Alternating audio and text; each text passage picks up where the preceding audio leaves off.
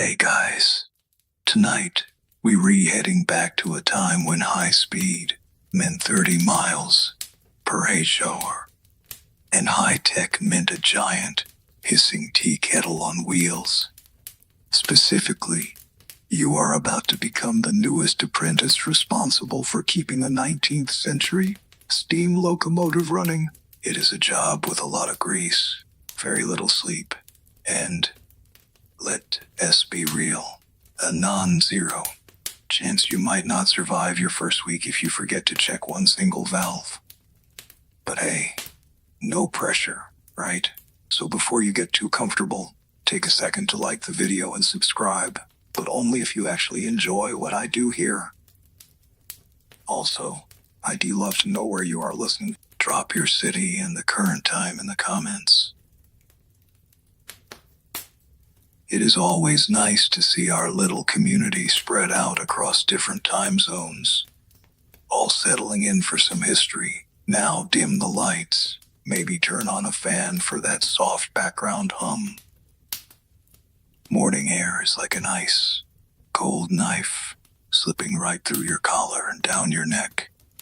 The star of the show in front of you is a classic 4-4-0 team, Locomotive, the famous American type of that era.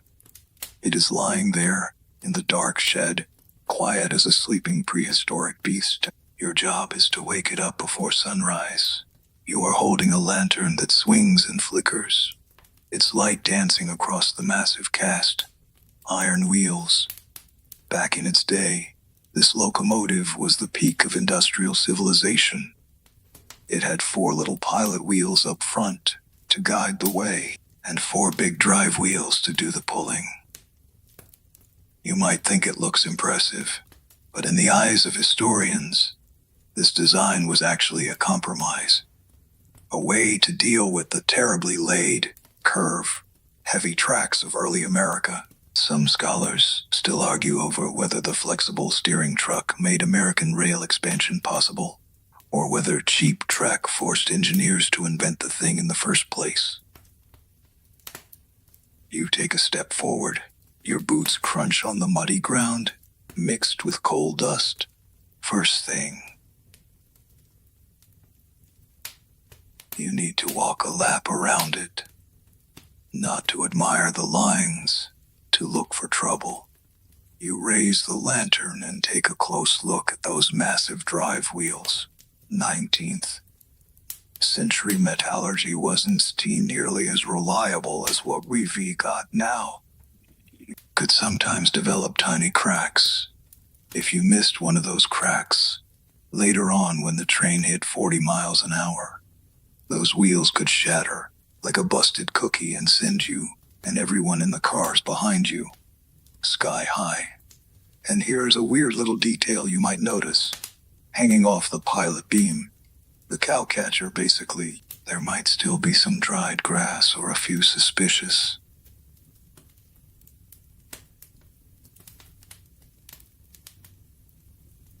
looking feathers from last night. Back then, railroads weren't fenced in. Hitting something was practically a daily occurrence. You curse under your breath, reach out with your beat-up love, and that is when it hits you. This giant beast, for all its raw power, is actually incredibly sensitive. Every rivet, every connecting pin, it all needs your okay. You've gotta check the wedges on the rods. They didn't have lock nuts back then. Just these hand-forged iron shims holding everything in place. You notice a weird wear mark on the side rod, and that reminds you of something an old timer once said. 19th century locomotives were built by hand.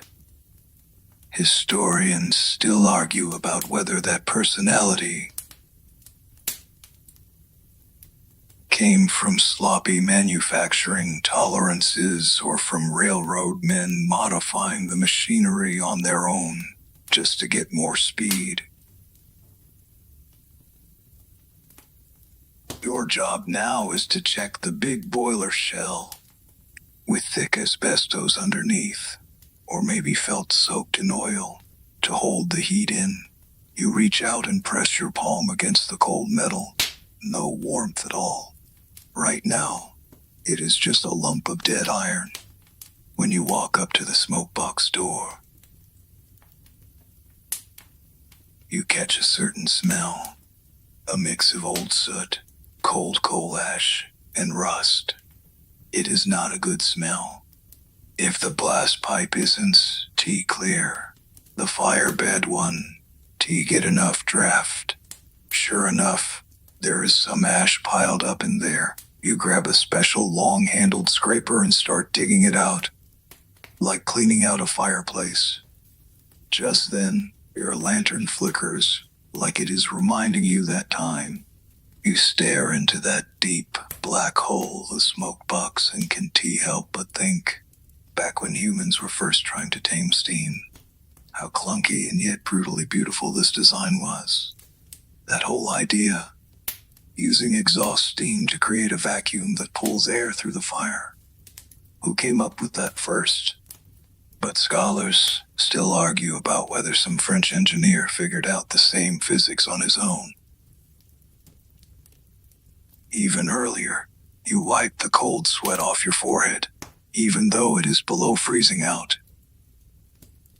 And take another look at this iron beast. You realize it is not just a machine. That one oil hole you skipped today might be the reason the whole thing dies on the tracks tomorrow.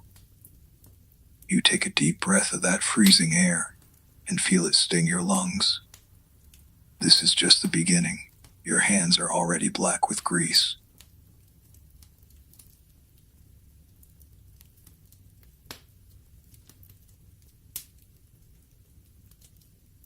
Cold joints. Before all those moving parts start grinding against each other at full speed, you've got to make sure there is a thin, life-saving film of oil between them. After you made that freezing cold lap around the beast and made sure it didn't crack itself open overnight, it is time for a job that sounds elegant but is actually a total mess. Giving these steel joints a little hand cream. In the 19th century, there was no such thing as a push button. Every bit of lubrication came from that long spout brass oil can you are carrying. The can you've got in your hand has a spout as long as a crane. S-neck. There is a reason for that. You need to drip oil into tight little gaps hidden deep inside the rods, or sometimes in spots that are diagonally above you, dripping condensation the whole time. And here's a weird piece of trivia. Back before the petroleum industry really took off, the best locomotive lubricant you could get was whale oil. Yup, to keep this iron monster running smooth. Countless sperm whales gave up their blubber out on the open ocean. Slightly fishy smell, and it might turn your stomach a little, but back then, that was top shelf stuff. You move slowly along the side rods. These are the massive beams connecting the drive wheels. They what turn the piston S push into spinning motion. Most of these cups have a little wad of wool yarn stuffed in the top. It is called wick lubrication. Simple idea. The wool soaks up the oil and lets it drip down, slow and steady, onto the bearing. If the wool is packed too tight, the bearing runs dry and burns up. If it is too loose, all that precious oil will drain out in 10 minutes flat. Historians still argue about whether this primitive setup was the result of careful engineering calculations, or just some kind of black magic that mechanics figured out through trial and error. Now you crouch down and squeeze yourself into the tangle of rods.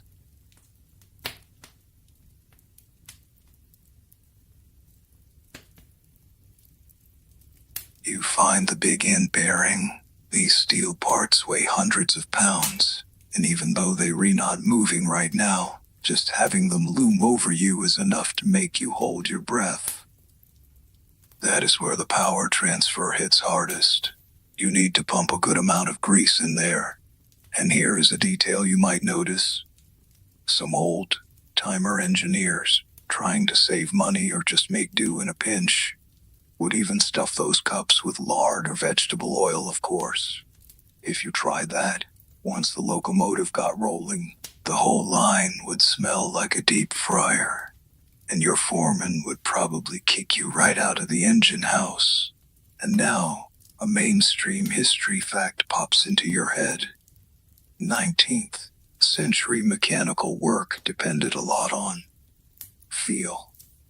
You are not just adding oil, you are reading the machine as bones. You run, feeling for any weird scratches or metal shavings. If you feel tiny little specks of iron dust, it means the bearing shell is already eating itself alive.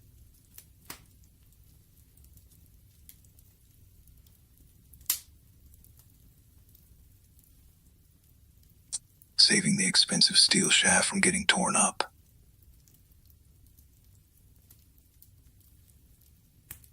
All you can do right now is pray that your locomotive bearings are the real deal. As you keep adding oil, you might catch yourself grumbling. Why the hell does this thing have so many damn lubrication points? Simple answer, they didn't have sealed bearings back then. Everything that moved was completely exposed, open to the sand. Every drop of oil you are putting in right now is a losing battle against all that grit. And UV also got to wipe off the old, black, goopy oil that squeezes out. If you get lazy, that gunk turns into glue that grabs onto every speck of dirt and turns into a super efficient grinding paste that'll chew up the machine halfway down the line. When you finally finish with the last spring seat on the last pair of pilot wheels, your whole right arm is pitch black, like you just pulled it out of an inkwell. You wipe your forehead with the back of your hand and just end up smearing more grease on your face. You look at your own eyes reflecting back at you in the dim lantern light.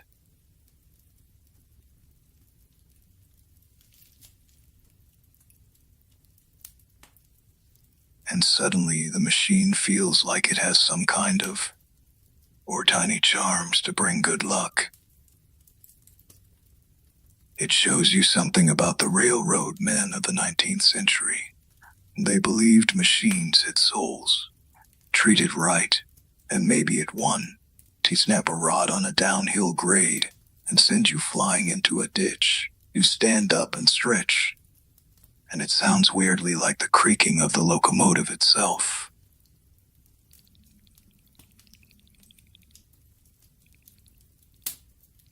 And external inspection and lubrication are finally done, but that is just the surface. The heart of this monster is still cold. Its belly is empty, just cold water and leftover ash. UV got to light a fire inside its chest and get that first bit of warmth into dozens of tons of iron. By now, your hands are the same carbon, black color as the locomotive, as undercarriage. But don't bother wiping them off, because the next job is only going to make you look even more like a walking lump of coal. Leading to the heart of the beast, the firebox. First, UV got to climb into that cramped little furnace. Yeah, you heard that right. Before you light a fire, you have to get inside. Back in the 19th century, this was an obscure but hardcore rule. You need to check that the grates, the iron bars at the bottom of the firebox, if one of those cast iron bars is crooked or broken, later on, the coal will drop down into the ash pan and cause a hot spot. And here is a weird piece of trivia. Even though we think of steam locomotives as advanced, a lot of railroad companies back then, trying to save money, would actually hire small, skinny kids to crawl into the firebox and chip away the clinkers, those rock, hard chunks of fused ash. Right now, UV got to imagine you are that poor kid, curled up in that tight space, banging away with a scraper at stuff as hard as cooled lava. This isn't tossing in a couple of lighters. First, you put down a layer of dry wood shavings, and you stack up some split pine logs on top. Historians have documented this in detail.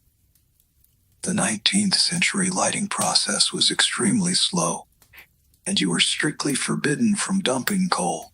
If you filled the firebox with coal and then lit it, the cold boiler would crack from the sudden heat expansion. Or at the very least, the hundreds of flues inside it would start leaking like busted faucets. You strike a long wooden match and watch the orange, yellow flame crawl across the pine. For the first time, the air around you starts to feel the tiniest bit warm. It is almost moving. But this is also the most dangerous moment. Academics still argue about how many 19th century locomotive accidents came from hidden damage caused by lighting too fast. Some think that engine houses, trying to keep on schedule, which shortened boiler life.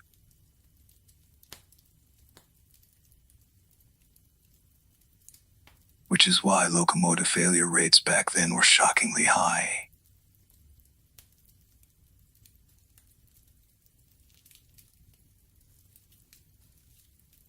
You sit down on the firebox doorstep and listen to the wood crackling.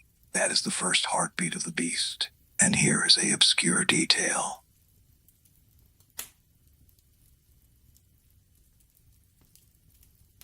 A good fireman could tell how the fire was burning just by looking at the flame color.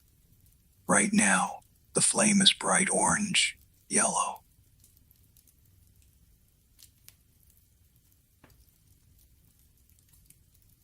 It means good draft. Now, a mainstream history fact comes to mind. 19th century steam locomotives were incredibly inefficient. Only about 6% of the energy they burned actually turned into motion. The rest turned into noise, sparks, and the smoke that is blackening your face. But even so, this thing was the quantum computer of its age. It was the first time humans had continuous power stronger than any animal. You start sprinkling the first light layer of coal over the fire. The coal hits the burning wood with a hiss, and a sharp sulfur smell hits your nose. You've got to spread it even, like you are shaking salt. No clumps. You watch the fire start to turn blue.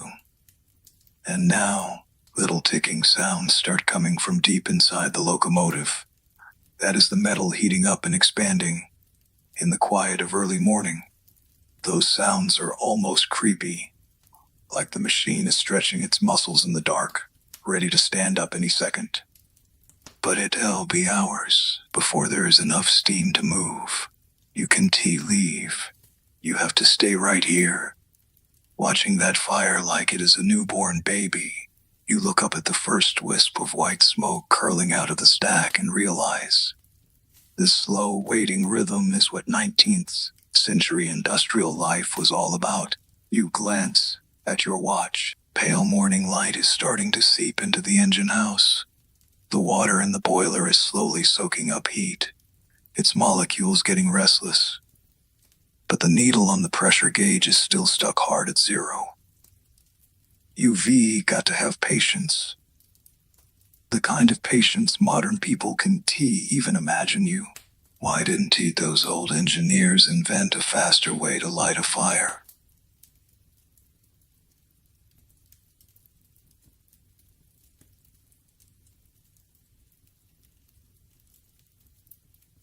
If they actually are, once you are sure the fire is steady and the coal has burned down to a glowing red bed, you finally let yourself breathe a little easier. Your face is bright red from the firelight. That push and pull, fire on one side, ice on the other, is pretty much your whole career in a nutshell. So now you've got fire. The next job shifts to something even more dangerous and harder to predict than fire. What when the flames in the firebox shift from a timid orange, red to a fierce, blazing white, you can finally pull your hands away from that cold iron shell. But the next challenge is getting fire and water to make a dangerous truce. You are standing in the cab, facing a dusty glass tube. That is your lifeline. In the 19th century, staring at that skinny glass tube was your daily ritual for not dying. Here's a mainstream history fact. A huge chunk of 19th century boiler explosions came from low water. When the water level dropped below the top of the firebox, what they called the crown sheet, that steel lost its cooling. It would heat up red, hot, soften, and then, under all that pressure, tear apart like ripping paper. The whole locomotive would turn into a giant metal rocket, blasting into the sky and turning you and everything around you into rubble. Right now, you've got to be extremely careful opening the injector. And here is a weird piece of trivia. Before the mid-19th century, a lot of locomotives didn't have a stationary water pump. That meant if the engine wasn't moving, you couldn't add water to the boiler. So if you were sitting on a siding and running low, you'd actually have to roll back and forth just to get the pump working. Luckily, your American type here has a more advanced steam injector. It uses the speed of steam to shove water back into the boiler, which is already under high pressure. Historians still argue about how many workers lives that clever little fluid. Dynamics invention actually saved. You pull the lever, a sharp, hissing noise fills your ears. Steam and cold water fighting it out inside the pipes. You have to listen to know if it is working. If the sound is steady and clean, that is water flowing into the belly.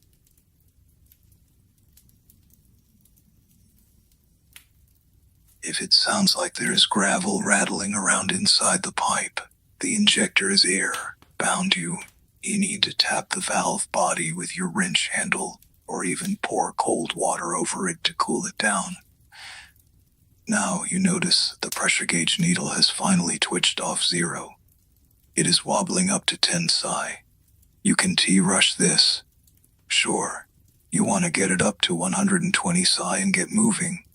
But the boiler is a complicated structure held together by hundreds of flues. Academics.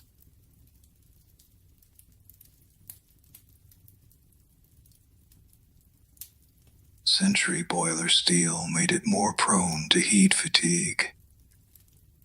If you raise the pressure too fast, the internal stress will make the rivets weep water. Or worse, the flue tubes will pop right out of the tube sheet. You've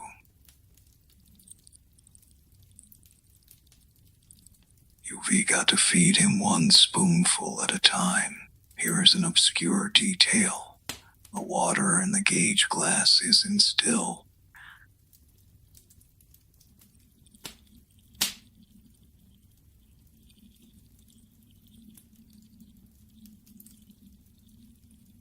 The minerals in it create foam on the surface.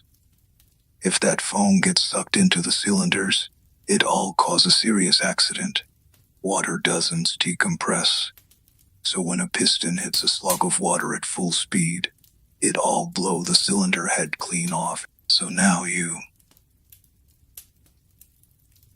got to do a dirty but strangely satisfying job blowing down the boiler. You bend over and yank open the blowdown valve at the bottom. With a deafening roar, a thick white column of steam, mixed with mud and scale, blasts sideways out of the locomotive and instantly fills the whole engine house.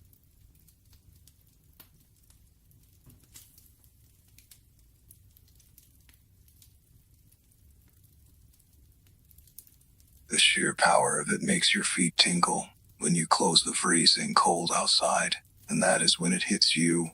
Running this machine is really about managing a balance. Hot enough fire, but not so hot you burn through the steel. Enough water, but not so much it floods the cylinders. That constant balancing act leaves you feeling kind of worn out. But there is also a weird thrill to it. The thrill of being in control of a monster. Now the pressure inside the boiler has slowly climbed to 50 psi. Thin wisps of white steam are starting to seep out of the locomotive. Cracks and seams. It looks like it is taking deep, slow breaths. The beast is awake, but it can't move yet, before it takes its first step out into the world, now that the boiler's radiating heat like a giant radiator.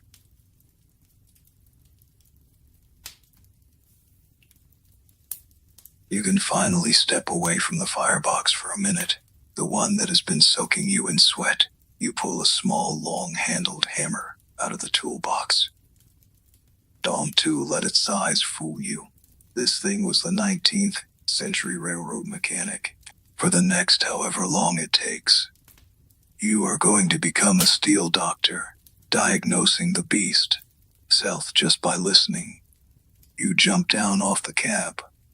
The locomotive isn't teeth that cold chunk of iron from early morning anymore. It is alive now, hissing danger from every seam.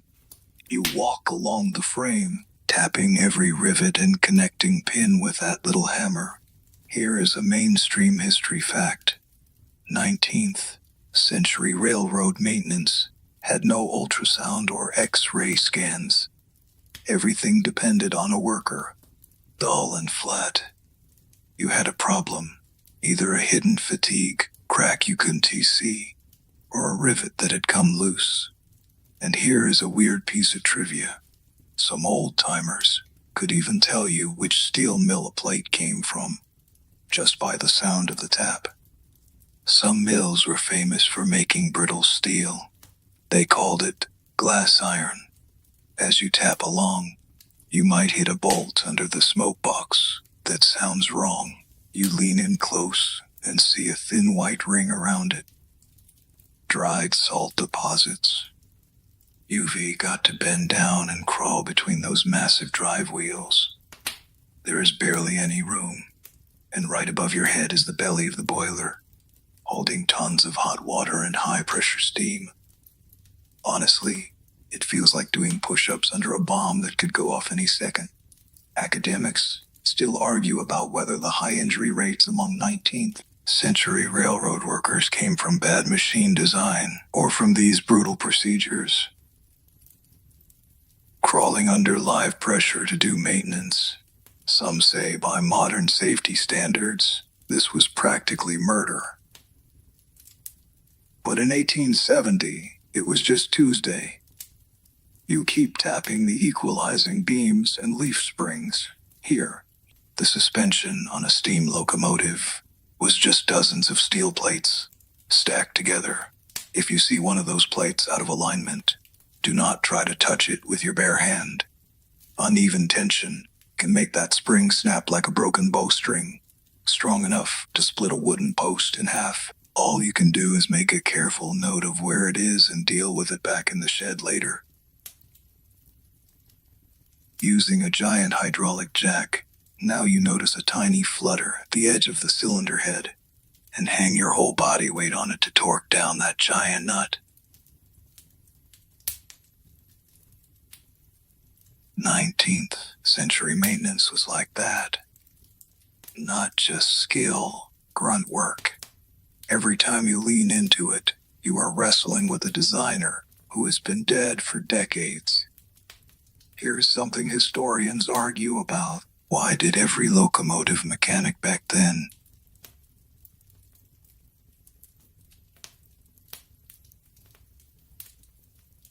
wide of all of soft iron wire and a pile of rags?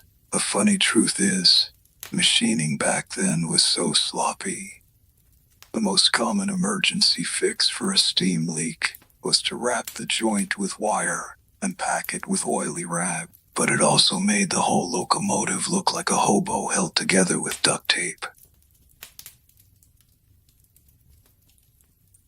When you finally finish checking the last set of truck wheels and stand up, wiping the grease off your face, you notice the sun starting to peek over the horizon. It catches all that polished brass piping and throws back a blinding glare. Your whole body aches. Your hands are covered in tiny cuts. But when you hear that deep, powerful boiling sound rumbling inside the boiler, yeah, there is a weird kind of pride in it. The machine is yours now, at least in theory. Its bones are solid. Its heart is blazing hot. The pressure in its veins is just about at the breaking point. You put the little hammer away and take one last look at those perfect rows of wheels. It is time to climb up to the holiest, most adrenaline-pumping spot on the whole machine, the engineer's seat. Let's get this big bastard moving. You finally climb those greasy iron steps and step back onto your turf.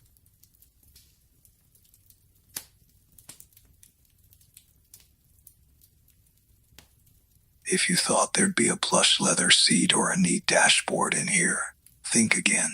A Shuzo Century locomotive cab was more like the backstage of a steel furnace, packed with scalding pipes, drafty windows, and heavy iron levers. You're standing here, with the big throttle lever on your right, the reverse lever on your left, and an iron floor that is already starting to vibrate under your feet. Right now, the boiler pressure gauge is sitting steady at PMSI. That is the number that makes your heart race. Century. Locomotives didn't have a real gas pedal. That throttle lever in your hand controls how much steam flows into the cylinders. You grab that cold cast iron handle with both hands and ease it back about an inch. Then you hear it, PSSS, the sound of high pressure steam after being bottled up all morning. Finally roaring into the steam chest for the first time. And here is a weird piece of trivia. When a steam locomotive starts moving, the biggest fear isn't that it won't budge. It is wheel slip. If you give it too much steam too fast, those multi-zenton steel wheels will just spin in place, grinding against the rails. The sparks can set the ties on fire. They can even wear a half-zen circle groove right into the rail. To avoid that embarrassment, you pull a little cord and open the sand dome. You watch fine, dry sand stream down onto the rail, right in front of the wheels, giving them that tiny bit of life-saving traction. Historians still argue about why early railroad engineers didn't just make the wheels heavier, instead of coming up with this clumsy, salting the track solution. You take a deep breath and reach for the big reverse lever. Railroad men called this the power lever, because it connects directly to the valve gear underneath. You shove it all the way forward. That means you want maximum torque. And here is an obscure detail. That reverse lever is aggressive when it is under pressure. If the linkage kicks back from uneven cylinder pressure, that iron bar can snap back like a mule on meth and break your ribs. Old Zen timers always pulled it sideways, keeping one foot ready to jump clear. As you ease the throttle open, the whole locomotive lets out a deep groan, like it is about to tear the ground in half.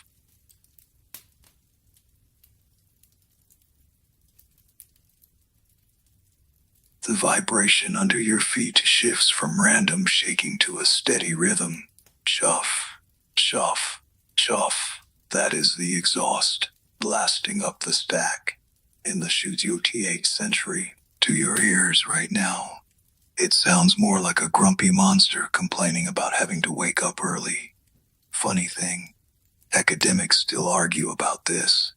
Could an old engineer really tell how worn the piston rings were just by listening to the chuff of the stack? Some say that was just old Zen timers blowing smoke, but there is evidence that a good fireman could adjust his firing rhythm just by listening to the tone of the exhaust. Right now, You're basically playing a giant accordion. Every move has to be slow and precise. You pull the whistle cord, not a modern electric screech. It is a wet, deep, long moan. A cloud of white steam wraps around the front of the locomotive. You notice the whistle cord takes real muscle. You're fighting boiler pressure just to open that valve. And when you pull it, you're not just announcing your departure. You're letting out all the pent-up frustration from being crammed into that tight, dark firebox all night. The locomotive starts to roll. You watch the engine house slowly slide backward through the window. Cold wind slips in through the cracked side glass and hits your face. A face that is still hot and red from standing in front of that firebox.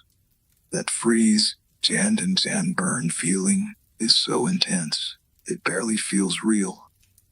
You're not driving a machine. You're riding a physical limit that is teetering right on the edge of Quamball. So now you've done it. You've gotten dozens of tons of iron to move. But the real test is just starting. Because you're about to find out. Getting this beast rolling is one thing. Getting it to stop, or keeping it from running out of steam over the next 40 miles. So you've gotten this multi-ton iron beast rolling down the track. Think you can relax and enjoy the scenery now. Dawn. To be ridiculous.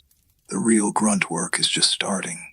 Now you've got to turn around and face the black hole that never gets full. He was more like an athlete doing precision shooting while standing on a moving earthquake. You pull the chain on the firebox door. A wave of heat slams into your face, hot enough to singe your eyebrows off. Here is a mainstream history fact. 19th century steam locomotives didn't have mechanical stokers. That 10-pound square blade shovel in your hand was the only delivery system. UV got to keep your balance while the locomotive rocks and shakes, while the noise of banging metal is deafening, and put each load of coal precisely into the four corners and the center of the firebed. Cold air will rush in through the gaps around the edges, cool down the boiler fast, and make the pressure drop. And when that happens, your engineer, the old guy sitting back on a cushioned seat, smoking his pipe like he does, do you have a care in the world? He is going to turn around and start screaming at you. Firemen had their share of occupational diseases. Black lung, sure. But the most common one was half-baked, because one side of your body is facing a firebox that is thousands of degrees hot, while the other side is facing an open cab door with freezing wind blasting in. Historians still argue about whether that extreme temperature difference caused the crazy high rates of arthritis and respiratory disease among early railroad workers. Right now, you can feel it for yourself. Your left side is just about cooked. The rhythm of your shovel has to match the engineer. Throttle. He opens up. You shovel faster. Slam the door shut. All in one motion. That kept cold air from shrinking the firebox steel and made it last longer. It was rhythmic. It was dirty. It was like a heavy metal ballet, trying to squeeze out every penny of profit. Often gave their locomotives cheap, soft coal, or even mixed in wood scraps. That stuff burned with thick black smoke and a blizzard of sparks. That is why passengers back then were always complaining that their white shirt collars turned gray by the end of the trip, or that their hats came back with burn holes from cinders blowing out of the stack. While you are shoveling, UV got to watch your footing on the floor plate. The connection between the locomotive and the tender is just a simple coupler and a buffer. When you hit a curve or a rough switch, the gap between the two opens and closes like a monster's mouth. If you step wrong, congrats, you are now another name on the list of railroad workers who died on the job. That kind of dancing on the edge of death work environment is why railroad unions became some of the first and toughest In the country, you wipe the sweat, mixed with coal dust, off your face and look into that blinding white inferno inside the firebox. But watching that pressure gauge needle climb back up with every shovelful.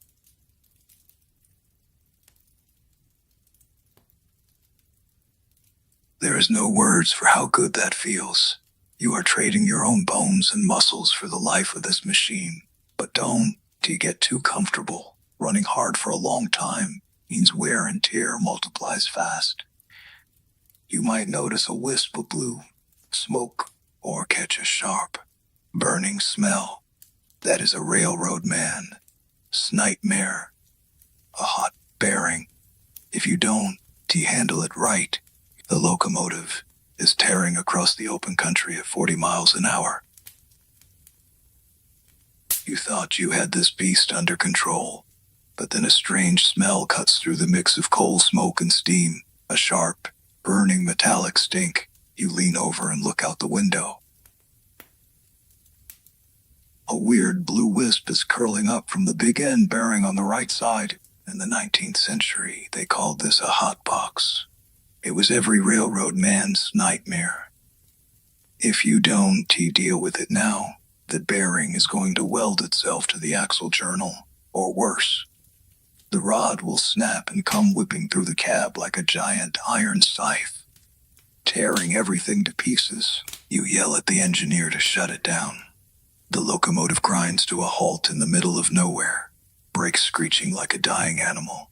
Here is a mainstream history fact. 19th century breakdown repairs depended entirely on the crew. No radio. You jump down, your boots crunching on hot, sharp gravel ballast, carrying a bucket of cold water and a can of thick grease. And here is a weird piece of trivia. Timers would pack a hot box with anything that might reduce friction.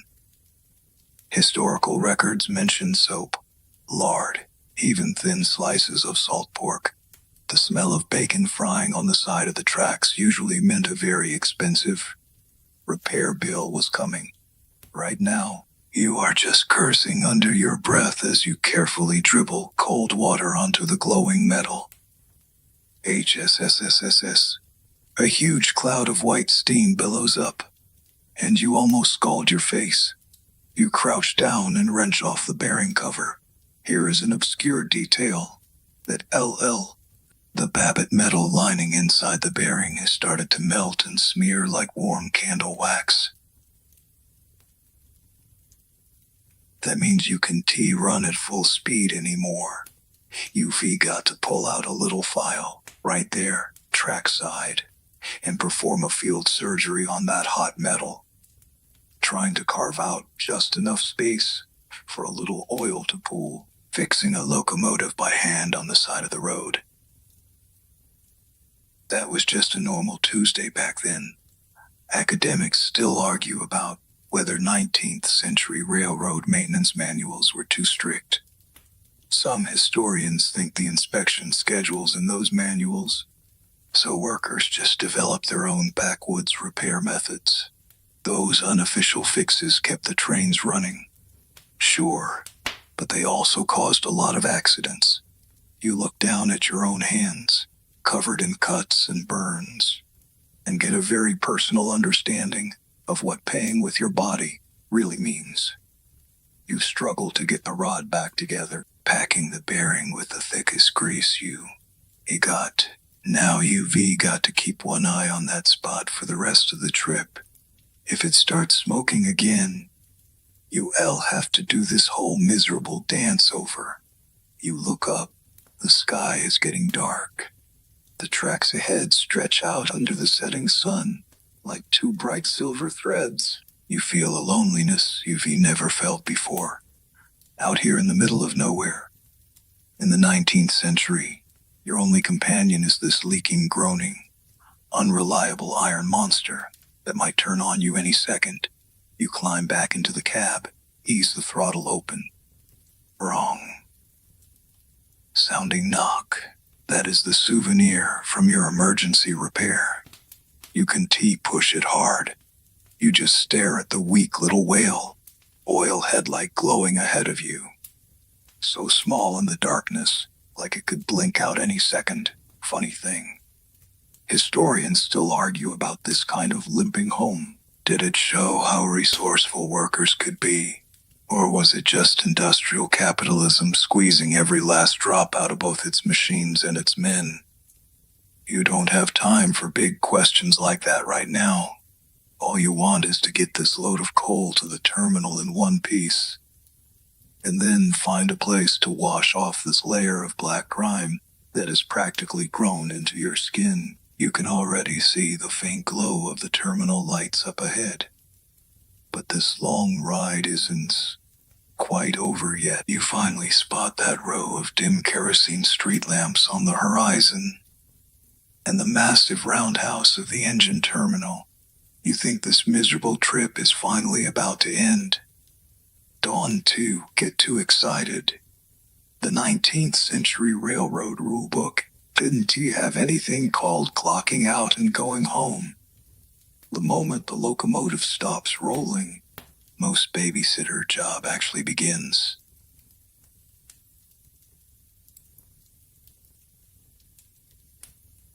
Clean out the guts. Here is a mainstream history fact. 19th century steam locomotives were extremely picky about water quality. A full day of running leaves the bottom of the boiler caked with thick mineral scale. Scalding muddy water blasts out onto the ground. And here is a weird piece of trivia some old-time firemen used to throw a few raw potatoes into the boiler. Historians still argue about whether this actually did anything. But the theory back then was that the starch in the potatoes would coat the scale and help it flush out. Imagine a pot of iron potato soup oiling inside your locomotive. The smell, mixed with hot oil, is enough to wake the dead. You grab a long iron hook and start cleaning the fire bed.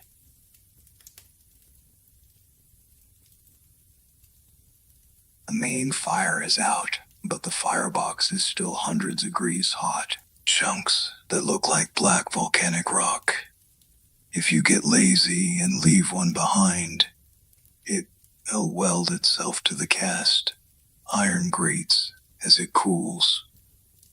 After being exposed to that much heat and coal smoke all day, your eyebrows and the little hairs on your arms are probably half burned off. You haven't even noticed because you are just too numb at this point. Academics still argue about another shutdown detail.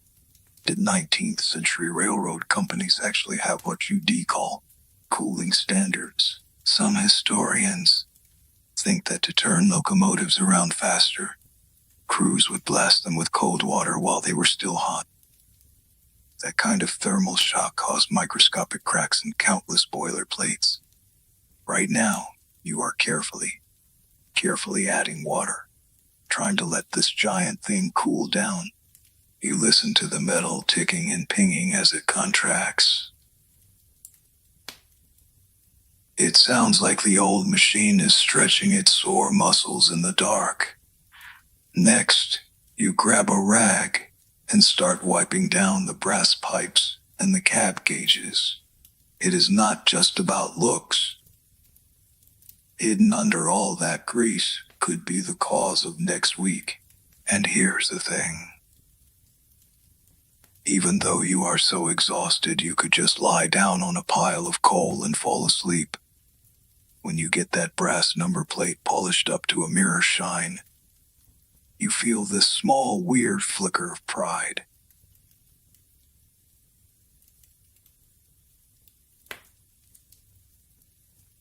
Chained to gears and steam, day after day. Funny thing, historians have found that engine terminals back then would actually rate workers by how clean they kept their locomotives. An apprentice who made his engine shine was more likely to get promoted than a rough mechanic who just knew how to fix things. You catch your reflection in that polished brass gauge housing. You can barely see anything but your eyes and your teeth. Everything else is just black. You let out a tired, humorless laugh.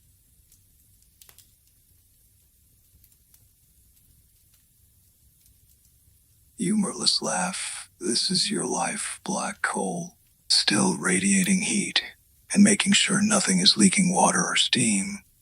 You are finally allowed to lock that heavy wooden cab door. The engine house is quiet now, just the sound of dripping water here and there. You turn back and look at the massive silhouette of the locomotive. You know that tomorrow, this thing is going to suck the life out of you all over again, just like a vampire. But right now, all the pressure is gone, bled off with the steam. All you want is a place to lie down. You don't even care if it is covered in coal dust. You slide that heavy, worn smooth cab key into the lock. Give it a little turn. The last click echoes off the walls of the empty engine house, bouncing around like ripples in a pond. You step back into the shadows next to the turntable and look at this 4-4 -0.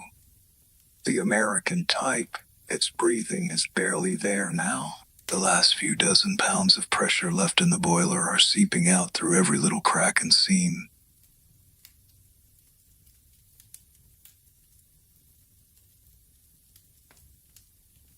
Unless it was going into the shop for major repairs. The fireman always left a banked fire. A little bed of hot coals covered in ash, just enough to keep the boiler warm.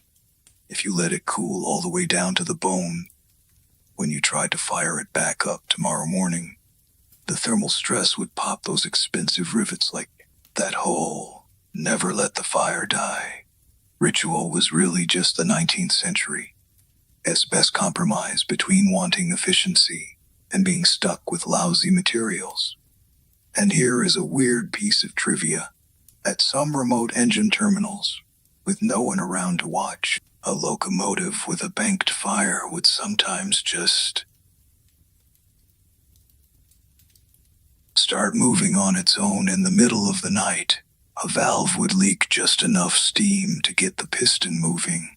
Historians have documented several ghost locomotive incidents. It wasn't T-ghosts. It was just steam doing what steam does when nobody's paying attention. So now UV gotta walk back and double. Check that the handbrake is cranked down to the last notch. You even shove a heavy wooden wedge under one of the wheels. You lean back against the cold brick wall and light a cheap cigarette. And here is another obscure detail. In the deep quiet of the night, the heat still coming off the locomotive attracts some unexpected visitors. Engine house cats. Homeless guys. They like to curl up near the warm cylinder heads. This weird little bond between an industrial monster and the smallest, scrawniest forms of life. It is kind of sweet, but also kind of sad. Academics still argue about whether the old railroad rules that banned people from the engine house at night were really about fire safety, or just about hiding how badly the lowest paid workers were living. You watch your cigarette smoke curl up into the thin moonlight and start counting in your head all the steps you'll have to repeat tomorrow at 4 a.m. the same loop, day after day. It makes you feel like you've become just another part of the machine. A part made of flesh, a coupling joint that gets tired. Here is an interesting thing historians have found. Locomotive engineers in the 19th century usually had shorter lives than other working men, not just from accidents, from the constant vibration, the deafening noise, breathing in heavy metals and coal dust all day, and still, thousands of boys back then dreamed of climbing up into that greasy cab. You reach out and touch the grab iron one last time. It is still warm. You notice some faded numbers scratched into the metal. Could be some kind of mileage record left by the last engineer. could be someone's birthday. These tiny little personal marks. They barely register in the big, grand story of industrial history. But they read the most real thing here. Academics still argue about whether that strong man and machine bond actually made trains run any safer, or if it was just a coping mechanism, a way for workers to survive the pressure. Most of the lights in the engine house have gone out now. You pick up your empty lunch pail and start walking home along the railroad ties, the moonlight under your feet. You've got that floaty feeling you get when you are too tired to feel tired anymore. Behind you, the engine house turns into a big, dark, silent tombstone, keeping all the secrets of the steam age. Okay, that is it. Your day is over. You don't have to worry about any pressure gauges. Listen, that little fan in the background. Doesn't it sound a little like a distant steam engine, chuffing somewhere far away? The rhythm is slow, steady. It is pulling you gently out of that 19th century world of black smoke and banging metal. Your bed right now is the warmest, safest first-class cabin you could ask for. Cooling down in the dark, shrinking bit by bit, and imagine your body sinking deeper and deeper into the mattress. All those little details about rivets and grease and babbitt metal are starting to fade. The banked fire is covered. You made it through a perfect run. Now you can let your guard down. Let your thoughts drift away on the last wisp of steam to a place with no noise, just quiet. The night outside your window is deep, like that quiet engine house back in 1870. Nobody's going to come wake you up. You can sleep as long as you want.